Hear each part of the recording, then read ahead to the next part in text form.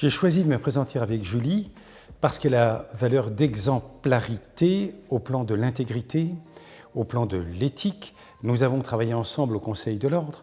Elle était secrétaire du Conseil, sa force de travail est colossale et surtout, nous avons exercé en cabinet groupé avec nos collaborateurs respectifs et nous nous sommes réellement entendus dans un climat totalement harmonieux, si bien que j'ai la conviction très forte, le sentiment que nous sommes faits pour travailler ensemble, dans l'intérêt des confrères.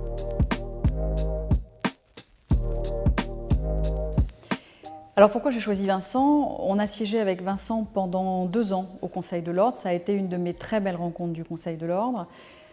Justement pour les qualités que j'ai décrites, c'est-à-dire ses qualités de courage. Il a une capacité d'indignation intacte qu'il a montrée au sein de cette enceinte qui peut parfois être un petit peu compassée, où parfois nos charmants collègues peuvent un tout petit peu s'écouter. Et c'est vrai que Vincent a toujours été dans cette extrême sincérité. Je crois que véritablement nous partageons les mêmes valeurs et qu'il y a entre nous une complémentarité qui peut être utile à nos confrères.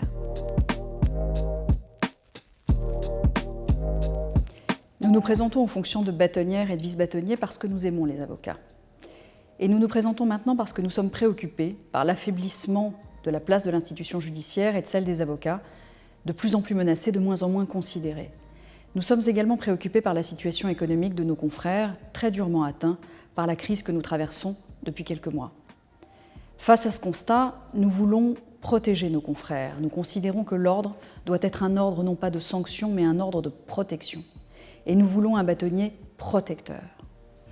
Il est vrai que le rôle du bâtonnier protecteur des avocats doit être renforcé, comme sa mission de défense de la défense. Et c'est la raison pour laquelle le bâtonnier a besoin à ses côtés d'un vice-bâtonnier qui l'assiste avec la conscience du risque encouru à défendre les confrères et surtout la responsabilité de l'engagement.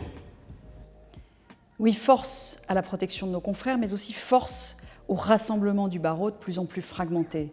Force également aux jeunes barreaux porteurs d'espoir et auxquels nous devons redonner espoir.